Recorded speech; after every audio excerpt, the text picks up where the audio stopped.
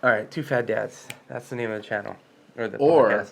40 and Fighting. Or 40 and Fighting. We don't know which one's going to be yet. I like 40 and Fighting. You know how I came up with that? How? ChatGPT. Oh, I literally was like, hey, make me a channel on X, Y, and Z.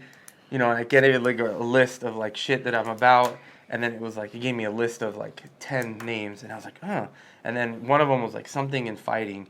And I was like, kind of like, I was like, play. And then I was like, play with this name, this title a little bit. And then it was like, boom, 40 and Fighting. And then I was like, make me an intro. And it went through this whole intro thing. I was like, damn, that's pretty legit. That's pretty solid. Yeah, it's a pretty good name. There's not another one called 40 and Fighting? I didn't find one. I did. It? Yeah, I did Google. I didn't find one. 40 and Fighting. So yeah, 40 and Fighting or Two Fat Dads. 1.5. It's gonna be one of those. 1 3/4 fat dads. 1 3/4. Okay. Anyways, what's going on, guys? This is us. We're not sure on the name. 40 and Fighting, Two Fat Dads. I guess you'll know when you watch this. By the time it gets posted, we'll have decided. But the idea behind this is we've been talking for a while. I guess, anyways, I'm John. Anthony. Yeah. So we've been talking about making a podcast about jiu-jitsu and just fighting, drinks, whatever we're thinking about that day. Exactly. Yeah. And so we kind of been procrastinating a bit, and I was like, you know what? I bought a camera for some other stuff that I was doing, and I was like, let's just do it. Let's just do it. And so here we are, Two Fat Dads. Well, 1 3/4 fat dads. I'm still fat. I still think I'm fat. Yeah. And we're wearing the same shirt. His fault. Because we're idiots. Yeah. We did not coordinate. Or we coordinated too much. Or if you're super badass, Black Path on Instagram. There you go. Valentudo. We like the gi. Fuck no gi. Hey, I like no gi too. Fuck no gi. I just don't want to get hurt because I'm old. Yeah. So, anyway, so that's what we're here about. And, yeah, stick around. Yeah, so why did you start jiu-jitsu, John? You fat motherfucker. If you don't like cussing, this is the wrong channel for you. Channel. Yeah, there's no filter here. We both cuss a lot. And we should probably try to get past the 10-minute mark without cussing. Without cussing? So we don't get I demonetized. think no, I think it's 30. It's like 2 minutes in, and then you can cuss. Oh, we're gonna have to make a 2-minute intro because it's gonna be. I might have to hard. bleep that. Yeah, I might have to bleep that out at first. But yeah. Anyways, so I started. I mean, I've always really been into martial arts. I started martial arts when I was a kid. I did Kempo with a guy named Zane Frazier, who's like an old school UFC guy. He was in UFC 1. Then, as I got older, got into Muay Thai. And I was training with Brandon Vera for a while. And he did jiu-jitsu there. I think he's a brown belt then. He might be a black belt by now. I'm assuming he's Who's he a brown belt from? I don't remember. Oh. Yeah, I wasn't like super big into jiu-jitsu then. I just wanted. Well, you would think in that area would be like Jocko or, you know, Wait, someone else. Who else would be a brown belt from? If he's in San Diego. Oh, well, he fought. I don't know. He's not from San Diego though. Oh. So he was just there. Like now he's in the Philippines. So I don't know who he was under, but he did. He was like at the time he was like an Abu Dhabi like trials winner or something like that. Yeah. He didn't win ADCC or anything, but he was like competing. And then he had just got into UFC. So I was like, oh, this is a guy to train under. And so I started training Muay Thai. Then I started having kids, and life happens, and hence Two Fat Dads or 40 and Fighting. We're not sure yet. Anyways, neither of us are 40, by the way. I'm almost 40. I am not almost 40. He looks 40 though. He does look 40. And then I didn't try jiu-jitsu then because I was really fat at the time, like really fat, and so then I was like, all right, and then kids and all that, life happens, and then we moved out here to this city, and there was a jiu-jitsu gym. COVID happened, and I was tired of sitting at home getting fatter, and I was like, you know what, I'm just gonna go do this, and I just went one day and I signed up, and that was that, and now it's 2.5 years later. I don't know how long. I've been rolling for 2 years. 2 years and 1 month. Over 2 years. Yeah. I started in March of 21. Okay. So I think I've been doing it maybe a month or two more than you. Yeah. How much time did you take off? I think it was 2 months. You took out 2 months? I think it was 2 months. Right. So I hurt my back initially, and then I was out, and then when I came back, this fat guy was in there. Smashing fools from the beginning. White belt slayer. Right. Anyways, what brought you into jiu-jitsu? Specifically jiu-jitsu, I was listening to Rogan, and he had... All hell. St. Rogie. Yeah. He had the dude from American History X. What's that guy's name on there? Oh, I know you're talking. The bald dude. Yeah. Put your teeth on the curb guy? No. The fat guy. Oh, who's all like Yeah, he's all crazy jacked Jack now? now. Yeah, I don't know Yeah. what his name is, but I know what you're talking Yeah, I about. can't think of his name right now either. But he had the fat dude from American History X on there. And he just went through his journey talking about basically how he was like 700 pounds. He's a And he big lost dude. all this weight. And I was sitting in my office, have a pretty decent office job. And I'm sitting there. And I'm like, man, if this fat motherfucker could lose weight, I could lose weight. Yeah. At the time, I was like 285. I think right now I'm about 260-ish, 50, high 50s, 260. I've been as low as 230, but I'm super jacked, so you can't tell. But I was like, hey, if this fat guy can lose weight, I can lose weight. I've also, because listening to Rogan so much, I was into jiu-jitsu. I knew all the players. I knew who the guys were. Into it more than the average guy. And I'm watching jiu-jitsu on TV. I'm watching the UFC. I'm watching EBI when it was on Fight Pass still. I was watching all that stuff. And when I first moved here to Hemet, there was another Gracie Jiu-Jitsu. And I used to drive by it all the time. And I walked in there, and it was just too expensive. I couldn't afford it at the time. So I put that on. There was it was on Sanderson, like deep, kind of by the airport. Okay. But it was that's way Gracie down Baja there. back then. Okay. It may have not even been Baja at the time. I think originally when I saw it, it was Gracie Baja. Then it switched to, I think, just Ricardo, whatever. I'm not sure what his last name is. Yeah. Just Ricardo Jiu-Jitsu. Then they switched to Gracie Umaita. And then Omar came and it switched to something else. And then, that place closed. Omar went out on his own. Then he reopened Gracie Umaita where we are now. Okay. But I walked in. That day I was listening to the podcast with the fat dude from American History X. Motivated you. Yeah, I walked into Omar's school and said I want to sign up for 3 months, and he kept telling me, "No, you take it. You're going to take a first class for free." And I was like, "If I take a first class, I'm not coming back. I want to." I didn't get offered that. I was just like, when I walked in, I was like, oh yeah, I'm just signing up. That was my first. Was Carol there? Yeah. Yeah, Omar was there, and he didn't like to speak English. Oh. He speaks English perfect, Yeah, he does. by the way. Yeah. But he said, you take a first class. I said, you know what? Just sign me up. I'll buy a gi. I'll pay for 3 months. Like, let's get it ripping. That was like why I started today, or now, why I do it now. But I've always been into fighting the UFC. I can remember like UFC 1.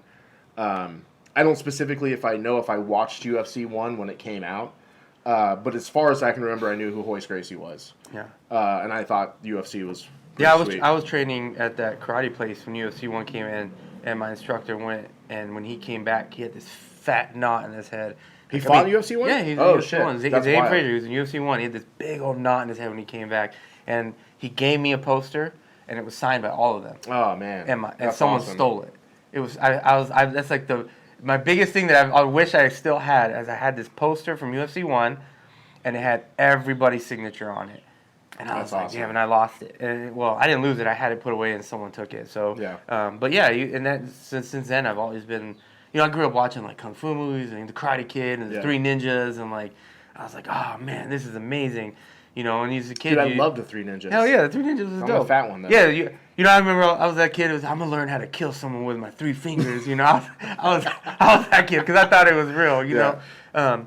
It's interesting because I was listening to something Jocko was talking about earlier today, and his kid was asking him like, hey, is there such thing as having superpowers and a superhero? And he was like, jiu-jitsu is like a superpower. It is a superhero. He's like, if you get into a fight and someone stands up and squares up, you can run away. If someone starts trying to throw kicks at you, you can run away. But he's like, as soon as someone grabs you, you can't run away anymore, and you have to know what to do. Yeah. And that's where jiu-jitsu comes into play. That's another reason I started jiu-jitsu is like, I was a tough guy, quote unquote, fighting kids on the streets, fighting dudes on the streets when I was younger. And now there are so many 15-year-olds out there who will beat the brakes off of you 100%. if you look at them wrong. Yeah. And there's kids in our school that are 14, 15, 16, Monsters. 17-year-old kids who are savages. Yeah. Who, if you give them the time of day, they will beat the brakes off of you. And being the guy who I am, I can't have that. I mean, it's still going to happen. Allow it. It's going to happen still, but at least I can defend myself a little bit. Or you always have the option to run away. But yeah. Kind of similar to yours.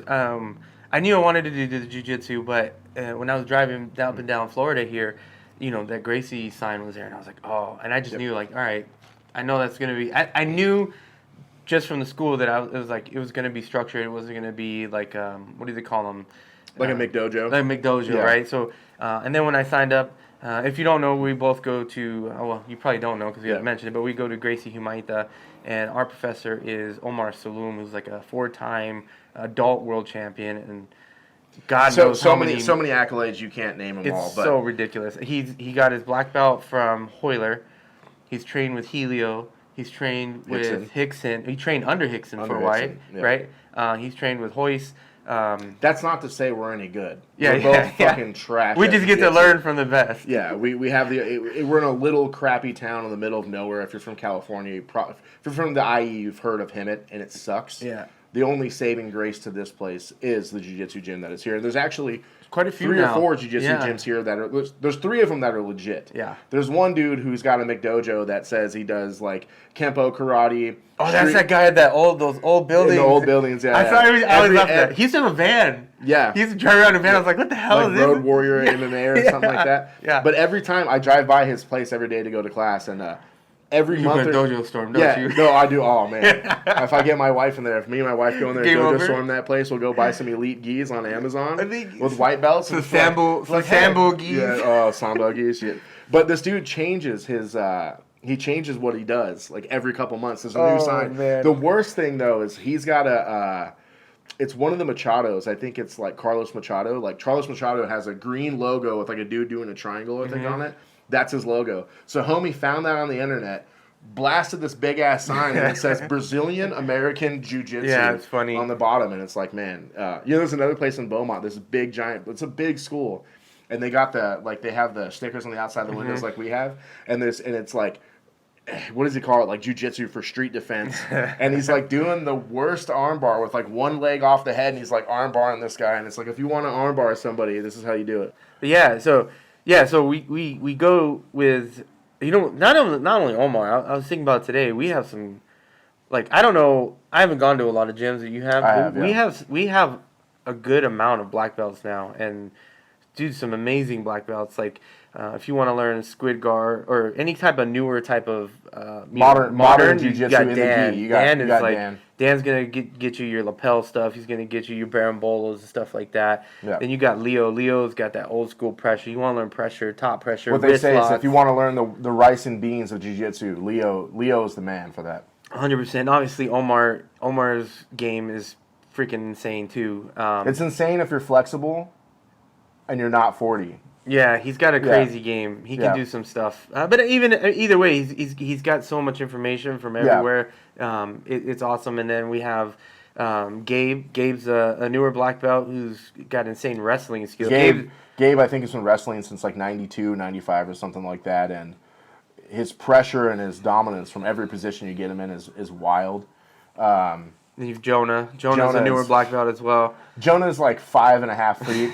He's a monster. 200 pounds of solid muscle. Yeah. Will snap you. From you know what he direction. reminds me of? You know those bulls that are like, there's like this one breed of bulls? It's just like, you see them, they're just straight Super muscle. jacked. They're like jacked, and you're like, what is that thing? That's Jonah. He's just built like a tank, man. And then we have the newest black belt would be Carol, right? No, instead of the dude. Kurt. Yeah, he got his black belt the same time that Gabe did. Oh, okay. And Oscar. He doesn't train that much in the evening class, so I don't get to see him that much. I've trained with him a few times, but Kirk will paper cutter you or baseball bat choke you from every position. Oh, he did. I remember him trying to baseball bat choke me, yeah. From every position. And then Carol, if you want to learn leg locks, that's what her game is. Yeah. Ankle locks, leg locks, all that good stuff. She has a very aggressive modern jiu-jitsu style. Yeah. So we have the opportunity to learn from multiple different styles of people that different games. Yeah, that use all technique or that use all muscle in a conjunction with technique. So. And I think one of the other benefits of having Omar as well is the people he knows. The people he knows. Dude, he brings in. We've had Hoist, we've had Hoyler, we've had Horion in our gym. Megatone Diaz was at our gym. I mean, those are like the old school people. Yeah, the old school. But then we have last week. Taliesin Suarez was there. Diego Pato was there. They showed some amazing stuff too. Those guys are monsters. One technique. I think maybe it was Diego's wife that was there. She went to the K guard to the Matrix, and then he showed. Sorry, we don't know your name. I'm bad. My wife probably knows your name. Yeah, she shows some pretty cool stuff too. And but yeah, we just get like some crazy talent people showing up to our belt promotions and seminars. And Mackenzie Dern came. What's his name? The blue belt homie. I don't remember his name. Oh man, I know his name. Anyway, he's the last professor that was given professor bars by Helio Gracie. He was a blue Valente. belt. His last name's Valente. Yeah. They're in Florida, right? Yeah, they rock the blue belts. Yeah.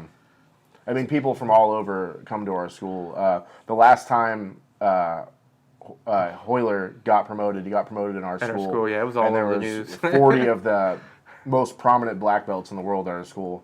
It's crazy. And the big thing is we're like in the middle of nowhere, like we said. Like it's just a small town. And it's just crazy to see a school like that out here in the middle of this area. Yeah. So pretty fortunate that we got that. And in terms of like... But also there's other really solid schools. There's Diamond Valley Jiu-Jitsu, which is, I don't know the guy personally. I did like... They do the open mats, Yeah, I did right? an open mat there, and everyone there was pretty cool. This black belt I never heard of showed up and smashed everyone. Team Quest, the homie's in the UFC, or was in the UFC. I don't know Jordan, if he still is. No, his name's not Jordan. He's a brown belt, right? No, he's a black belt. He's a black belt? He's a black belt. He's a checkmat black belt. Yeah, but we have Team Quest out here, and then we also have Fight Sports out here. With Roger Carpenter, solid professor. Yeah. If you want a more modern game, and especially if you want to learn how to darce people, go to Roger. Roger will darce the fuck out of you from every position. Yeah, that dude's awesome too. And we're lucky that we're in the mecca of jiu-jitsu. Within 100 miles of us, there's every school you Legion. can imagine. You have Legion out Atos here. headquarters it's a block from Legion. Yeah. 2-3 miles from there is the Gracie United headquarters in the United States. The main headquarters for Alliance. That's not the main one, but it's the West Coast. Well, that's where Andrew trains. Yeah, so. it's where all the competitors are. Yeah. Is Alliance, and they do open mats there. You can go train there. You can do like before every major tournament. They do 30-day training things. You can go pay and train with them for 30 days. Oh, I didn't know that. Yeah, they just did the one. You go get beat up. Yeah, it's leading up to Worlds. What was the one in LA? Yeah, so no, it was leading up to Worlds. The Open. Yeah, the LA Open. The one they're doing right now is leading up to Worlds, which is next week. 30th. No, at the end of the month. Yeah. 3 weeks. 3 weeks. 3 weeks away. I'll be doing that one too. He's not doing Worlds because he's an old Masters. fat fucking dad. He's doing the American. What's it called? No, it's World Masters. No, it's not. Yes, it World is. Masters in Vegas. This is like North American Master fucking something. It's International Master or something. So it's not fucking Master. Whatever. World. I'll say what I want. Were you a blue belt during Master World last year? He's a blue belt, by the way. He's a fucking lower rank piece of shit. Yeah, I was. Did you do Master World? Yeah. Okay. Blue. I was nervous as fuck. Oh, that's right. Got the blue. Did you fight that dude I fought at the... No, Misa did. Misa fought that dude I fought at the Euros. Maybe. Yeah, no, for sure. He did. This dude was like 7 foot tall. Yeah, there's some big... He's really lanky, but he was tall. He's tall. Super tall. That's the thing about competing in jiu-jitsu is like... Yesterday, another guy and us were talking about, is it worth it? Because one of our coaches at our school is a brown belt, an amazing wrestler. This dude smashes everyone at our school. Smash his first round. What was it called? Jiu-Jitsu World League? Jiu-Jitsu World League. What did they call it? His first brown belt. First brown belt tournament. Smashed the first dude in like a couple minutes. Would he armbar him? I think he armbarred him from the guard. Yeah, and then second one, he got armbarred. He was doing well too, and then he got caught. Yeah. I haven't talked to him since then. I talked to him this morning. He said it's bad. It's bad. I don't think his arm's working. But the reason we bring that up is we're talking about is it worth it to compete? Both of us are hobbyist competitors. Yeah. Who I've been training 26 months or something like that, and I've done 12 or 13 tournaments, including in houses. You're at 10. You're gonna be at 10 at the end of this month. About 10 at the end of the month. Yeah. That's always my biggest fear, and what makes me nervous the most is about getting injured. I mean, like you say, being a hobbyist, is the chance of getting hurt, and this also ties into like I was thinking about earlier is like is it a fight or is it not a fight? Some people say I have a fight, some people have a competition. And, well, if you listen to Saint Rogi, he says if you do jiu-jitsu and call it a fight, you're an idiot because it's not a fight. It is a fight. I think it is. It's a fight. You're gonna go. I'll fight Saint Rogi right now. I feel like call him out. Yeah, I mean they may not be trying to punch you in the face, but like they are trying to break your arm. With the most malicious intent. Yeah. Like when you go to compete, if you haven't competed out there, you're gonna get hurt. Like you're always limping. Your shoulders always hand. Yeah. Like when I did the Euros, I got finger locked as nasty as you can get. My fingers were touching my wrist, and I'm sitting there thinking, like, do I tap or do I just let this go? And I was like, I kind of need my hand to work, which I make a living with, or do I just let it rip? And I tapped because literally my fingers were touching my wrist, and that's not possible. You know what? It's crazy because I think for me, I'll be straight up. I hate competing. I really do not like competing. I don't like the nerves. I don't like the risk. But there's a bunch of things that make me want compete, and the reason I compete, and the couple are: one, it drives me to be healthy, it drives me to watch my weight, it drives me to work out all the time, it makes me go to the gym like twice a day, as much as I can go. But then secondly, so my kids compete, my wife, my kids all train. They're all blue belts except for my youngest because he's not old enough to be a blue belt, and my wife. And they want to compete, and I just feel like I can't ask them to compete if I'm not competing. But at the same time, we're talking about injuries and stuff and getting wrist lock, and you're like, do I tap? And one of his last tournaments that Noah was in, he was just killing it by points, and he got caught in an armbar, and he wouldn't tap to the armbar, and they almost stopped it. But I think the only reason it didn't stop it because he was so far ahead, it would have been messed up to like. He just got caught in his armbar. Was that an in-house tournament? Yeah, it was in-house. San Diego? It might have been Temecula. Or no, it was San Diego. I don't remember. I saw someone get spiked on their head there and they let it rip. Well, they were, as a kid, so they stop it pretty quick. If you watch kids compete, they stop it like really quick. They don't want the kids to get hurt. But he got caught in his armbar, and it was pretty deep, and he wasn't tapping. But like he was getting ready to jump in, and he paused for a minute, and then he ended up getting out of it. But his arm was like jacked up for a few weeks, and Carol was like talking to him, and she's like, "Well, why didn't you tap?" And his answer was, because I wanted to win. And I was like, and she was like proud, and it was like a proud moment, but at the same time, she's like, well, you should tap. She's like, but I understand, hey, good job, and that's one of those things. It's like, how far do you take it? Do you take it, it's so hard to judge, but the chance of being injured in a tournament is 100% there, and that's my biggest concern when I compete.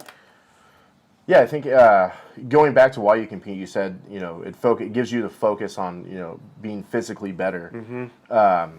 But he was saying that he competes for physical wellness, right? So, what did you start doing jiu-jitsu at? Weight? Yeah, weight-wise. Oh man, I was 250, 260, probably around 260. With shitty asthma. Or fucking someone get on top of you and you'd be like, oh yeah, I'd be out of breath. I'd be dying. Yeah, it's crazy. I still do that though. That doesn't change. But more importantly is, what did you weigh in at yesterday? Oh yeah, man. I weighed in with the gi at 193.3 and with the gi on. With the gi on. What'd you wake up at? 188. 188. Yeah, 188. Yeah. It's even weird to say that number. So you're near 60 pounds down. Yeah. And you're probably going to sit at around 200 until you get close to competing. Well, I compete twice this month at 195. 2 more times at 195. That's around 200. Well, I guess. Yeah, you're right. Oh, let's get technical here. I guess, yes. Yeah, this is the goal, is to stay here for now. Bookmark that. When this fat piece of shit's 230 pounds again, fucking let's talk about that. As I drink this soda. What are you drinking? A Pepsi Nitro? Yeah. That's something we're going to talk about, what we're drinking. I never, for the past, I don't know how many months now, since I've been trying to cut weight and lose weight, it's been water, and energy drinks. But low sugar, no sugar, 0 calorie energy drinks. But this is the first 2 days where I've had something calories. That's not I'll tell you what, I felt like shit after the hamburger yesterday. Of course you I did not enjoy it. You've been eating shit. I did not enjoy it. You've been not eating shit for I was like, 3 man, months. I don't after I ate it, I was like, I wish I didn't eat that. I would have rather just had a piece of chicken. It was just weird. Shit, I wish I would have had a pizza. The whole time I was eating, I did have pizza. It was delicious. Yeah. He's drinking, I don't know, Nitro Pepsi. That if you open them, they explode all over you. Yeah, they apparently. I'm drinking a sugar-free Red Bull, or a Monster. This is a blue one. The best one they make, but I had them warm, so I got ice. It's not great. I like Red Bull, but I'm more No, listen, this is a Blue Monster. Oh. Yeah. Yeah. Anyways, what? I don't know. What's the next topic?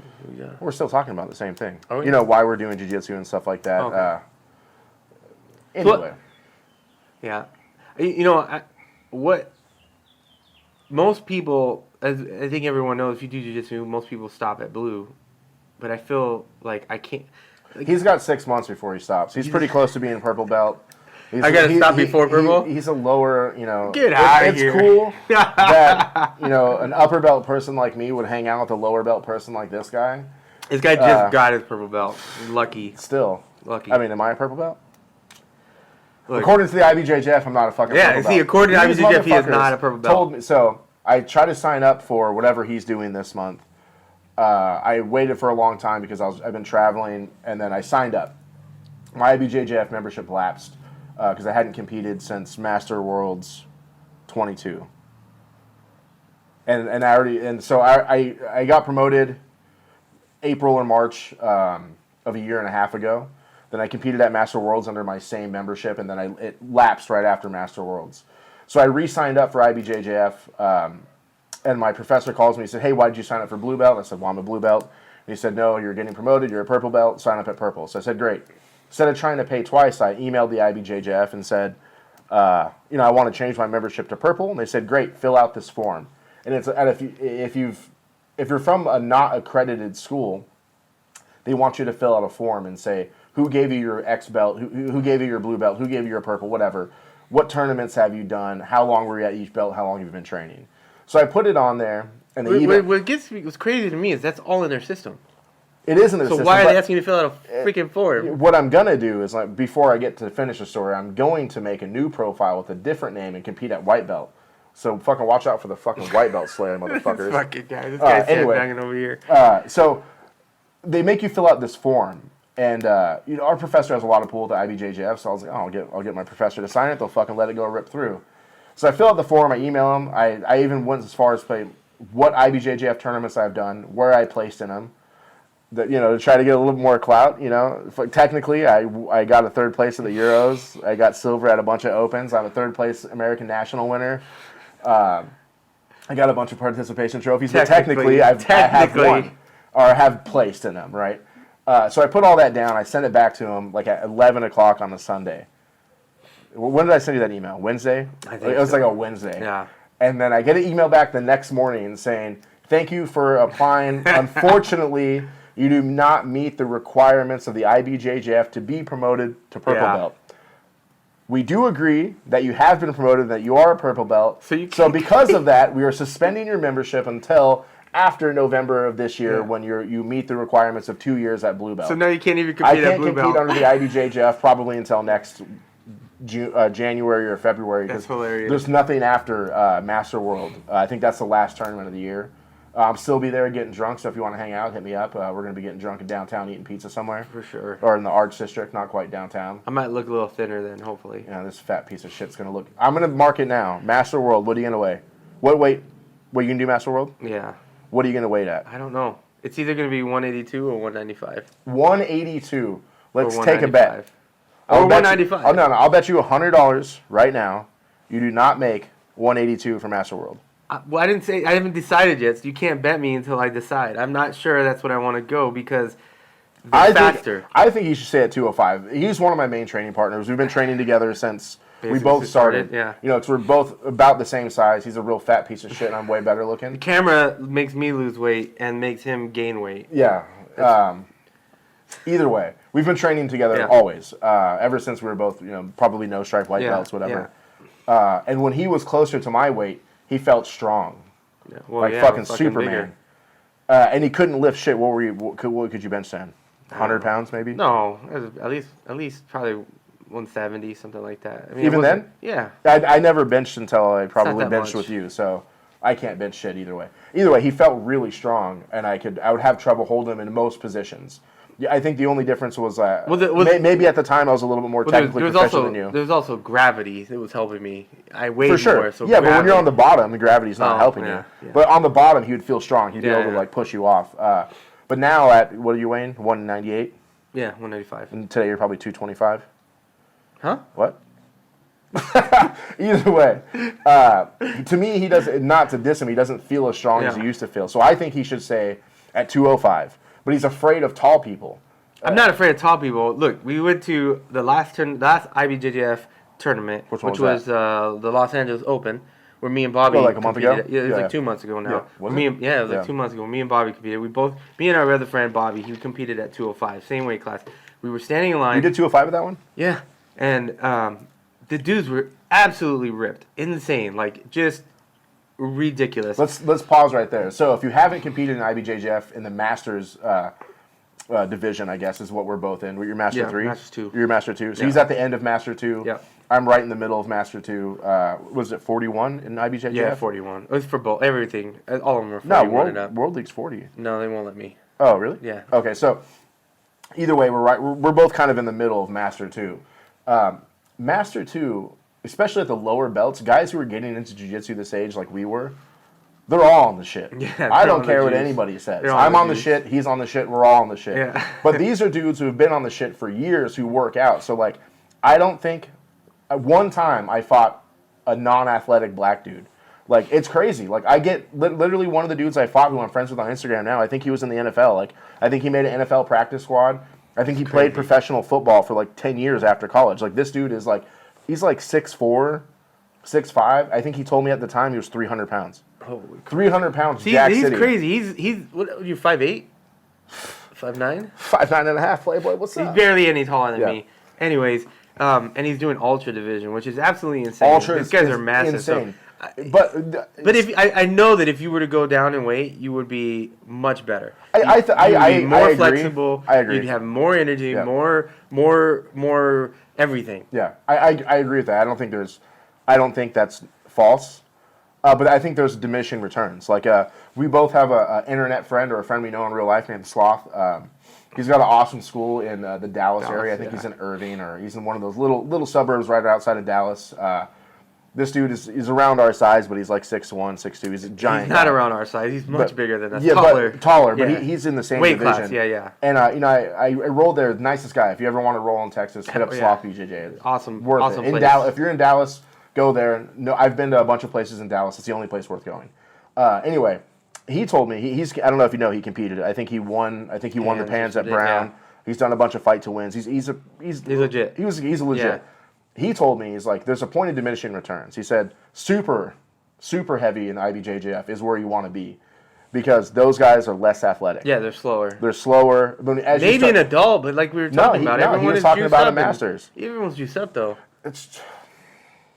Yes, everyone. Go to an IBJJF tournament, look at the Masters division. Everyone is on the shit. USADA does not exist. They don't test. Not it. in Masters. Yeah, everyone for sure is on test. A lot. I mean, literally, like.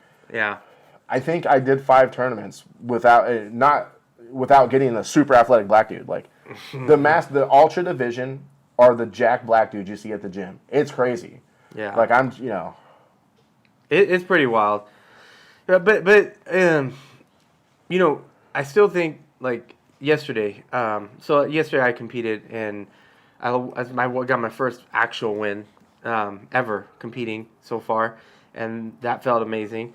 And that dude was huge, but he was skinny. Yeah, he was skinny. a big dude. He was like 6 foot. I don't know. He was tall. He was tall. He looked really big. He was taller than me. He looked really big. But it felt great to win, and then I lost. I got 2 other matches, so I got three competition rolls in one day. And if you don't know, like we're saying, if you've never competed, a competition roll, you just can't replicate in the gym. There's no replicating that in the gym. Like the amount of adrenaline you have. I think it's because everyone doesn't roll hard with you. It doesn't matter. The adrenaline dump that you get from being in front of all these people. I don't know how many people were there. A few thousand people. Thousands. You know, for so sure. you're competing in front of people. There's cameras there. There's photographers there taking a picture, waiting for you to your face to turn red so they can snap a picture of your face, and someone gets their. Oh, they took pictures of you yesterday. I saw that. No, but they took pictures when you were passing. You looked good. Oh, I didn't see that. Yeah, you were attempting to pass. Really? Oh, yeah, I can't wait. I've been monitoring it. No, there was pictures of you winning, for sure, that they took. Oh, well, hopefully I can go find those ones. But I got 3 competition rolls, and I learned a lot from those. I know what I need to do now, where I need to work, and that's. I know I have a decent top game, so I know I need to work more on my escapes and regarding and all that stuff.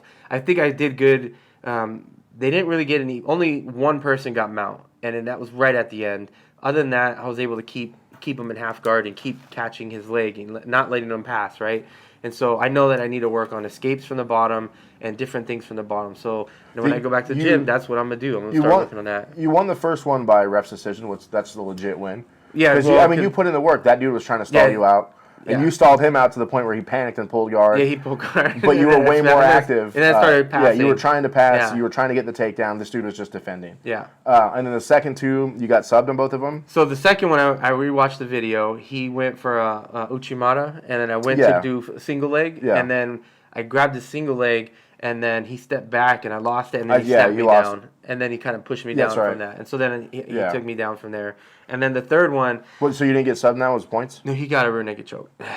From there? Yeah. Well, eventually he took my back towards the end of the match, and he got a rear naked choke. Okay. And then the third one? And then the third match... so before we go into the third match, and it's a double elimination at World League, right? And they have a loser's bracket. No matter what, you fight twice. Yeah, no matter what. So I won the first one. I lost the second one. Since I lost the second one, now I get put into the loser's bracket. And in the loser's bracket, they start a whole new bracket. That's another 3 fights that you have to go to win, to place third. I have to compete in 2 weeks at the Open, and then I compete in Long Beach after that. At this point, I don't give a fuck. I just want to go. I think it was more than that, though. I think if your grips weren't so gassed in the first one, you would have been ready. They were so toast. I can only imagine. I was when you were fighting, I was there. I was like, man, his grips are done. They were so done, dude. Yeah. My hands hurt today. Like all the muscles in my hands are like. How do your forearms feel? Forearms are fine. Yeah. It's just my. For me, when my grips get gassed, it's my forearms. It was my hands. Yeah. I've never had that before. They were just toast. That's because you get the light rolls in the gym. But. So the third one, even Omar, he's like, look, it's third place. He's like, go have fun. You want to pull guard, pull guard. You want to go for a throw, go for a throw. You want to go for whatever, just go out there and do whatever you want. It's like third place. And then, to myself, I thought that, but then I was like, man, even if I win this, now I have to fight 2 more times. Yeah. And I'm like, that's at least another hour and a half. Yeah. I was like, I'm hungry. I want food. I've been starving so I was like, whatever. And that last one, he was driving into me. I went for a sacrifice throw, didn't catch it, and we rolled for a little bit, and he caught me in an armbar. Yeah. And I probably could have got out of the armbar. Like, I felt it slipping out. It was armbar from the guard. Yeah. Like the triangle setup to the armbar. Yeah. Yep. So I felt like I was going to get out, but he readjusted, and then I was like, I'm not going to fight this. If I hurt my arm, I'm out for the next 2 tournaments. So I was like, I tapped. But I'm not upset about it. But I think that goes back to, like, what division should you be fighting at? You shouldn't be hungry when you're fighting or dehydrated. You should be at a weight that your natural weight. Yeah. So, my natural weight's probably not really 260. I should be probably in the 205 range. Right. But mind you, I had to get here. So this was my first time. Yeah, but now you're talking about going down to 82 but the next 2 I'm doing 195. Yeah, but what I'm saying is that you should do that 205, eat, feel strong, not be dehydrated. Yeah, and do better because you feel. 3 weeks ago or whatever, you rolled at 205. You felt stronger then. Well, yeah. The last couple of weeks we rolled, you were tired in the gym. Yeah, you're thirsty. You're all those things, and you don't feel as strong. It's the weight cut for sure. It's the weight cut. Yeah. Yeah. I mean, in the UFC, they talk about weight cutting. They're trying to outlaw weight cutting. One championship, I think it's called now. They stopped weight cutting. I mean. Well, no, they didn't stop weight. Oh, yeah, you have to compete at the where you walk around at. There's some fuckery going on there, but they've quote unquote stopped weight cutting. Yeah, that's right. They do hydration testing. Yeah, they do hydration testing. They've moved the classes up, like flyweight's 135, bantam's 45, lightweight's 55. Yeah, they moved them all up. But I think you would have been more fight ready longer in the day because again, if you haven't competed. They don't tell you what time you're going to compete. They give you a time frame. Like I think you went at 3 or 2 or 3. Well, I was supposed to go at 3. I don't know what time I had. Yeah, I think his first roll was at 3:45. Yeah. So every tournament I've never been to a tournament that ran on time. Yeah. They all either go 2 hours later or an hour early. It's crazy. Like when I did the Euros, they moved I didn't even get a warm up. They literally called my name over the stadium. I ran down there, and then they made me sit for an hour. So I should have been warming up in the pin, but I didn't. Well, like the Los Angeles Open, when I did the Los Angeles Open 2 months ago, they moved the time up because I guess they were actually ahead of schedule. Yeah. And my guy wasn't there. And then they moved it back. So then they were like, all right, we have to wait for him 10 minutes. Yeah.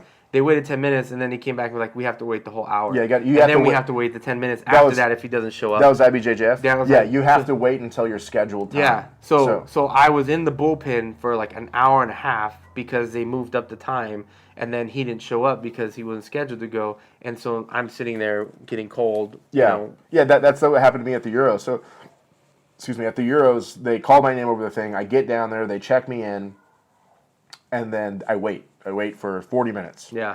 And then they moved so that was even early. So that I got moved up. I had my first Yeah, would I have a fight? Something happened where So I moved up. They moved my thing up, and then I got there 40 minutes early, and then my dude didn't show up. So then I had to wait until our original scheduled time, which was like 30 or 40 minutes past that. Then they give him a grace period of like 10 or 15 minutes. So I was there for like an hour waiting. And then by the time I got my fight, I was like, man, I'm over it. My adrenaline dump happened. I didn't get a warm up. Yeah. I was there in the bullpen, bullshitting, getting called, getting pushed back, getting called, getting pushed back. They have a TV with your name on it and your time, and my name would come up, and then it would go down, come up, go down, just over and over again. I did get to sit there and chop it up with Zoltran, or whatever his name is. Zoltan from Five Finger Death Punch. Yeah. Super cool dude. Yeah, I talked to him for a minute. Yeah. I didn't even know. I don't listen to that type of music, and I didn't know who he was, but I know that Louis was like super. He's like, oh, he's gonna be there. He's all pumped. And then I was standing right behind him, and I was like, oh, and I was like, hey, what up, man? And I was like, how you doing? You know, whatever. I just started talking with him. We were talking for a while. We were talking about the kids, and then we were there for like probably 30 minutes just talking, and then after. We separated, and then I was hanging out with my wife and the kids, and then he came up to us, and he's like, hey, man, how'd it go? How's your competition? Oh, this is your family, blah, blah, blah. And, like, he took a picture with us and everything. Super cool. He seems like a super genuine dude. Yeah, he was super awesome. I ran into him a couple years ago at the American Nationals. Super nice guy. He's also from Gracie Umaita, so it's kind of cool that we're all from the same association. Yeah. But he's way more legit than us. He's a black belt from that guy. I think and a judo black belt. And a black belt in judo. He's been a lifelong martial artist. Yeah. It's crazy, like, the people that are in jiu-jitsu, and there's no, I think there's like... Oh, let's talk about that. So today, I don't know when we are. We're in early May. 23, and Zuckerberg did his first competition. You saw that? That was crazy. And I'm putting it out there. I want to fight Zuck. I will smash the fuck out of you. Come see me, dude. That's insane. Imagine rolling up and you're like competing as a billionaire. Like I would probably try to hurt. I'll break Zuck off. I think everybody sees him. I'll break that I want to smash him. He's a no stripe white belt. He's just had a bunch of really good instructors. Like I think someone said he's doing lessons with Musimechi. Private lessons. He was doing privates from a pretty known dude in Hawaii that trains a lot of guys. I think it was like one of BJ Penn's guys out there. Oh, wow. So he's only taking privates. I don't think he rolls in class. So he doesn't know what it's like to roll. I think he won one, or he won some shit, but he got DQ'd, I saw. But oh, did he? Yeah, he's a little fucking dude. I'll smash that fool. Like, he don't want the fucking smoke. But you know who I would like to fight, who I think I would. So, you're going back to famous people who I would like to fight. In Arizona this year, I think it was this year, Mario Lopez was there. That dude is legit. Like, I don't care what the internet says about him. I watched his rolls. I watched him cut weight. I saw what he was doing. He also wrestled before, so he's not like he's new. I think he wrestled on TV, Playboy. No, he legit wrestled. I know he boxes. He was a legit wrestler in high school. Yeah. But yeah, I mean that dude he was cutting weight. He looked legit. His outside passing from open guard. That dude was young as fuck too. Yo, he's like 50 something. I know he looks young. But his outside passing from open guard, I was like, I'm too fat to do that shit, but it would look great. Tom Hardy's another one. That's what I'm saying. That's what I was getting to. That's why I want to fight Tom Hardy. What's up? Fight Bane. Get promoted and then come see me. He's not. What's his name? Ashton Kutcher. Everything I've seen on Ashton Kutcher. He looked like he's a purple belt. What's up? No, dog? he's a brown belt. Oh, he's a brown belt now. Yeah, but I watched him. I watched him rolling. Come see me at a Naga, player. There's a video of him rolling with Craig Jones, and he does not look good at all. I mean, anybody rolling with Craig Jones is gonna look like shit. Yeah. But specifically his. All look good rolling with Craig Jones. Yeah. Well, Al Bundy's a black belt. Have you seen that meme? It's like it shows Al Bundy, fucking homie from the Matrix. What's his name? He's a white belt.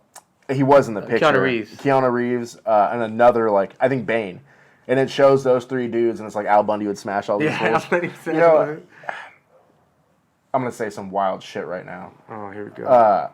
I respect Al Bundy. He's a black belt. Hopefully, I achieve black belt one day.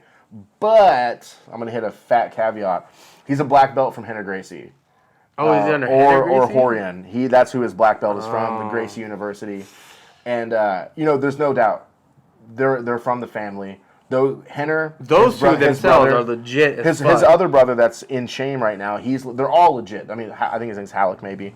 All of them are super legit. There's no doubt about it. Those dudes are legit. They would smash both of us without even, not even trying. Yeah, a lot of people. They would smash us. Yeah. But they're doing some real hokey shit on the internet. Like they're getting paid, and I can't be mad at it. I'm a salesman. by trade. I want to get paid too, but those dudes are giving out belts. We online. had a guy from that school come to our school, and he he's a big dude, and I have a friend that trains there. Big. But he showed up. This guy showed up, and it was weird because he would be like, hey, you'd roll with him, and he'd be like, hey, can we let's just roll light. We don't need to injure each other. What's the biggest lie in jiu-jitsu? And then that motherfucker would try to smash me. As soon as he got to a good position, he was like putting it on. Yeah. And I was like, what the hell? So I never went easy on him after that. And I didn't think he did that to everybody. And then when he first came to the school, I was there, I think his first or second day. He went like 100% with Jonah. Yeah. And Jonah crushed him. Yeah. And then Omar picked him to go with me next. And I was like, oh, fuck, this dude's big as fuck. Like, it's going to be like a comp roll. I was like... He sucked. I was like, whatever. Oh, I smashed him. Smashed him. Well, he ended up quitting. He quit because he got wrist locked. Someone wrist locked him. And he cried about it, saying that, what did he say? You care more about the tap than your partner's safety, which I agree with that. Like, you shouldn't be cranking shit. Yeah. But... if you're going to go 100% our logo says competition team on it. People are comp rolling. Like our class, I've been to schools all over the country. Our school rolls in the top 5 hardest. Everyone rolls hard. Yeah, you're not getting a light roll at our school unless you specifically say, I'm hurt or I'm getting ready. I don't think anyone rolls with any malicious intent, or I don't know many. Maybe the white belts. I think they do with me because I talk mad shit to everyone. maybe the white belts, but anybody else above them, they're not like full on gonna crank an arm bar. They're gonna catch you in it. I mean, some people will. Like, I saw my elbows fucked up. Yeah. It happens. But I don't feel like anyone at our school, even if it was a hard roll, does anything like a malicious intent, or and then if they know what, like, if you're gonna go for wrist lock. I haven't been, like, they'll get it to a certain point, but they don't, like, they're not going to try to break your wrist. Yeah, I think wrist locks are dicey because, like, you're not going to catch a wrist lock unless you rip it. Mm-hmm. You have to get... Yeah. I'm in the catch and release wrist lock method right now. That's what I'm doing. If I catch you in a wrist lock, I'm going to let it go. Yeah. Just to know that I was about to wrist lock the fuck out of you. I think my problem with that, with, like, light rolls in the gym is, like, I don't get many of them because I'm a bigger guy. I got to roll with the bigger guys. But I don't get ripped in arm bars or anything in the legs, really. No one's ripping those. It's chokes. But I'm trying to fight out of the choke, so I expect you to get it. It's like bigger guys like you. Yeah. I'm not going to catch an arm bar. I'm not going to catch a fucking wrist lock. So it has to be chokes. Notice he said bigger guys like me. He's a fat piece of shit, too. I am a skinny little dude now. I identify as a skinny man. Me too, shit. I identify as a white belt. What's up? Come see me. But white belt. So with big dudes, you got to go for chokes. I mean, that's what's the saying. You can, for sure. You can't fight a choke. You're going to go to sleep. I will say you probably have the same defense as me, as having a big ass neck. So people do have a lot of trouble choking me because my neck is so fucking girthy. Yeah, I only get caught in gi chokes. Yeah. No one's guillotining me or whatever. Also, the guillotine's not big at our school. I don't know anybody that guillotines. The Darce was big for a minute. I was getting Darce a little bit. Gabe Darcy or guillotine you? Guillotine. Well, he does this weird like chin strap thing. Yeah, that's a guillotine. Yeah. That's a what do they call a 5-finger guillotine? Yeah. Guillotine. It's brutal. But back to what we were talking about, Henner and the Gracie University. Like those dudes, like there's places that people will call belt factories. A lot of people at our school get promoted fairly quickly too. So I don't have an opinion on it. It is what it is. But they're giving out colored belts online with 0 in-person training. I think to get that's the Gracie University. I think you to get a black belt, you got to go there for 2 weeks. So you have to go through their online program, which is probably based on a subscription service. Like, you've been a subscriber for 5 years now, you're probably up to blue belt because they literally make you do the techniques on camera and send it to them. I think that's how you get belted. Huh. Which how do you do a technique on camera and show it works? Here's an arm drag. You know what I mean? But and then if you want to get, I believe, your black belt, you have to go to the gym in Torrance and train for 2 weeks. And I've heard of some black belts from there. I've heard they're not very good. But I don't know if there's a criteria once you get there. I think if you show up, you're getting your black belt. Which you know, like I said, some people at our school get promoted pretty early, but a lot of dudes at our school, they're getting promoted early and they're smashing fools in competitions. Yeah. So is it wrong? Is it right? Like everyone says 10 years is the average to get a black belt, right? That's what the internet says. You should be a black belt for 10 years. Or 10 years to get to it. If you look at the IBJJF rules, because I just did, because they fucked me, blue belts, there's no minimum for white belt. You can go in first day, get your blue belt. There's no minimum for white belt. So let's take white belt out of it. So 2 years at blue. It's 2 years at blue. 1.5. 1.5 at purple, and I believe 1 at brown. Oh, that's pretty quick. So maybe let's say it's 1.5. So you got 3 years at purple. So we'll just say minimum 1 year at white. We'll just say So you got a minimum of 1 year at white, so and then you do a year and a half for the next two. So you got 4 years. No, sorry, 3, and then 4.5. Mm-hmm. We're not good at math.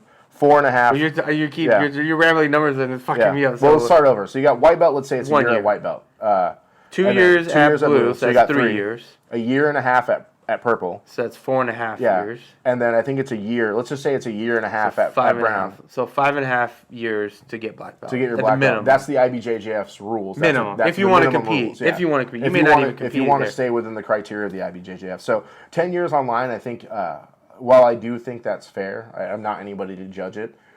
But I think a lot of schools are sandbagging. I've rolled out a lot of schools, and not to call any of them out, but like I've rolled with blue belts who would go. I mean, they do. They go to competitions and they win the worlds at blue. They win pans at blue. Like, and they're running it multiple years. Yeah. It's so bad now. The IBJJF is implementing rules. If you win a major at adult, no, any of them. If you're continuously winning majors, they tell you have to be promoted. Oh damn. Yeah, they force. I know that was like an adult they do that, but yeah, that's crazy. So, you know, let's say you get your black belt at 5 or 6 years. You're within the IBJJF regulations. And are you not a black belt? Who knows? You know. Yeah, I know. We're not at a dojo. The thing is, when you get to black belt too, now you're going up against, and it doesn't matter where you're adult, masters, whatever. Let's say you make it to black belt. Yeah. Let's say you're black belt now, and you just get your black belt, and you're in masters 2. When you're in masters 2 as a brown belt, you know that person has X amount of time. Yeah. Right? Within less than 10 years, whatever. Yeah. When you get to black belt, though, Masters 2, they could have been a black belt since they were 20. Yeah, for sure. I mean, if you look you could be rolling with like a dude that's had his black belt for freaking 20, 30 years already. You know what I mean? If you look at our professor, Omar, I think he's 48 years old. He's Master 4, 3 or 4. He rolls up to a competition. And people drop out. People leave, first of all. But he's a 6th degree black belt. And let's say we started training and we don't get our black belts for another 10 years. We go into a competition with him. You're rolling with him. He's got he's got 30 years at black belt. It's a huge gap. But if you listen to any of like the older famous black belts, they all say they didn't learn shit till they were at black belt. Yeah. Like I think Omar got his black belt in 3.5 or 4 years. I recently listened to a podcast with Fabio Gurgel from Alliance. He said he got his in like 4 years. He's one of the fastest ever. And he said he didn't learn anything until black belt. Let me ask. So the average that they say is 10 years. 10 years. Do you think possibly that the reason why people are getting on black belts faster now is because there's more content that's easier to obtain and learn different things on your own and study on your own, where in the past, before, there was in the past when you wanted to be, when you were working your way up to be a black belt, you didn't have YouTube, you didn't have all these things at your hand. You didn't have BJJ fanatics where you can just go grab all this content from high-level people. Like, you can just go on YouTube, Google something, Gordon Ryan, and you're going to find his content from one of the best no-gi grapplers ever and be able to look at what he does and learn it. John Danaher's stuff for free. Like, you have access to this, like, incredible, like, content that you didn't have in the past, and maybe that helps people progress. I think the progression is definitely faster. I haven't been in it long enough to see where the progression was before. Yeah. But I mean, like, for sure that's got to play into it. People getting promoted faster or slower, that's hard to say. It's probably the inverse of that. Because of all the information, people are probably getting promoted slower. Information overload. Yeah. Or something. I mean, like, basic day one shit, I'm terrible at. I'm terrible at trying to armbar you from the guard or triangle. Well, I don't have the legs to triangle you from the guard. But if you let me get on top, I'm going to smash you with a bunch of stuff you can't see. You're fat. Yeah, it's okay. It's hard to armbar. Yeah, it's hard to armbar people. Try to move when you're 260 pounds. Try to throw those hips up and hit that armbar. Exactly. But if you're a fucking white belt, come see me because I'll armbar the fuck out of you from the guard, playboy. Yeah. I know it's crazy. Yeah, it's. I think some wild that's a shit. healthy. That's an interesting thing to talk about. If you guys are on the Reddit forums, Yeah. it's constantly talked about the time at each belt. Mm-hmm. You know, I don't think I outright said it, but I'm a purple belt. I got my purple belt in 2 years and 1 month. Yeah, it's Total quick. total training. Yeah, it's quick. I've competed a shit ton, so that maybe helped. I didn't get destroyed in every tournament. The first tournament I got destroyed in. And my second tournament, it was like I was a child. They literally got the brakes beat off of me. I almost passed out to a one-arm choke. I remember it going through my head like, oh, shit's going black. I should probably tap. But after that, I think I didn't win any of them, but I didn't feel outclassed. You know, I felt right where I should be. So, do I feel? I don't feel like a purple belt. I mean, I shouldn't be a purple belt according to the IBJJF, but I am. So now that's where I have to compete at, and that's the level that I have to roll at. If I go out of town, which I do a lot, and I roll at other gyms, now I have to be a purple belt at other gyms. You better be a purple belt at other gyms. You're gonna be. I would be happy with being a white belt still. Yeah, I agree. I'd be the same. Yeah. I'm glad I'm still a blue belt. Yeah, you're trash. Yeah, I'm better than you, so that's all that matters. We're gonna tape the next roll. That's all that matters. And we're gonna start counting. We're gonna make a website counting subs. So how many? What's my handicap weight difference? I gotta get a handicap. You can start from the. Yeah, that's what you'll start from the bottom. Fuck. Oh, what happened, player? I'll start from the bottom. Make the website. You're not getting up. I'll get up. Oh yeah. We're gonna make a website counting. I forgot about that. Yeah. Yeah. We were joking about a way to monitor who between us, me and him and our friend Bobby, who has a higher like sub win between all three of us when we each compete. Yeah. And creating a quick website where you just go. Well, let's say right now, Bobby is better than both of us. Yeah, he's pretty good. I think he's in his if head he a little wasn't bit, but injured. yeah, he but hurt his arm he's pretty better than bad. both of us. When he wants to put it on, he smashes both of us. Yeah. He's got a little bit more time training than both of us. I don't remember. Yeah, when no, he he started. does. He started before he came to our school. Ah. He rolled in Beaumont with Isaac for I think maybe a couple months. Okay. And then COVID popped off and he stopped. Okay. Then he came to our school. But I mean, he's if he decides he wants to play toppy smashes, you're not getting out. Yeah. He's got some new Well, hot his shit from the bottom bottom. game is pretty too, man. His bottom game is fly. Yeah. But we're gonna make a website counting submissions. Yeah, that would be funny. No, how about this? I'll let you get the grips from standing first. That doesn't make a difference. I thought That you're doesn't better make a than me. difference. That Why doesn't do make you a get a handicap? Because you're heavier than me. Yeah, but you're better than me. You're 60 pounds heavier than me. But you're better than me. That doesn't mean anything. Go get a scale right now. There's no way. There I'm is not 60 pounds heavier than you right now. How much do you weigh? Less than 260. Is that 250? I don't know. I'm 197. No, Today, 95. after drinking that Pepsi Nitro, eating This a hamburger morning, this morning I woke up at 197. What'd you weigh today? You said That was today. 197? Yeah, that was today. Yeah, I weigh myself 50 every day. pounds. I weigh myself every day. That's still a lot. Anyone that tries to say that the strength and I guarantee weight don't matter, it fucking matters. Okay. I guarantee Mikey Musumeci would smash you right now. That feels like $135. In the gi? In the gi, he's less than that. I think. No, he's not smashing you in the gi. I'm sorry. Mikey? Yeah, he's not. I think he smashing destroys me in the gi. I don't think he'll. I don't think there's even a chance. I don't think he would tap you. I think he would. I don't think he would tap you. You know, on that subject of skill versus weight, he would choke you. I'll say that. But Maybe. he's got long ass arms. I'm vertically challenged like you, my friend. I don't know, dude. Mikey's big. I saw him. That's what I'm saying. He's got big. long arms. He's got long legs. He's got all that, which I don't have either. He's got the right body type for that. I mean, Omar. Have you ever rolled with Omar? Yeah, I just rolled with Omar last week. He fucking beat the brakes off. Did he get on top? Yes. Did he feel heavy smashing? Hell yeah. They're in the same division. Yes. Mikey and Omar. Yeah, but I don't know. I don't know Mikey's top game. His bottom game is crazy. Yeah, I don't know. I think he'd rip my leg off.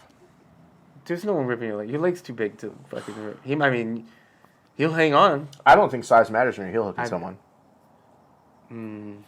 You're right. It's just a twist. Yeah. Either way. Anyways. Onlyfans.com/2fatdads. If you want to see some feet content, we'll throw the rolls up there. If you guys want to judge the rolls. That would be hilarious. We should. OnlyFans just jiu-jitsu stuff. That I would think be that's what Craig hilarious. Jones is, isn't it? I don't know. I haven't been on it. He always talks about his lying? OnlyFans. You know you were in there watching. On Craig Jones' OnlyFans? Yeah. No. Have you listened to his podcast? No, I don't. He talks about OnlyFans on it. Does he? He shouts out an OnlyFans creator on the beginning of every one. Everyone that gives him a shout out. That's funny. Yeah. Anyways. OnlyFans/2fatdads or 40 fighting. 40. I wish they haven't decided. Black Path on Instagram. We'll V's, no A's. Anyways. AS print. I mean, I think it's pretty good for a first start, first run. It's not bad. If you're offended because of shit talking, come see me. Especially anyways, Hunter. yeah. So we'll stay tuned for more. This is a fun time. We'll probably. I think we have some ideas for some interviews. I had some ideas that I think will just fit into this channel where we interview some black belts and Yeah, for sure. I've been thinking about doing jiu-jitsu traveling for a long time, and maybe he'll do some interviews by himself.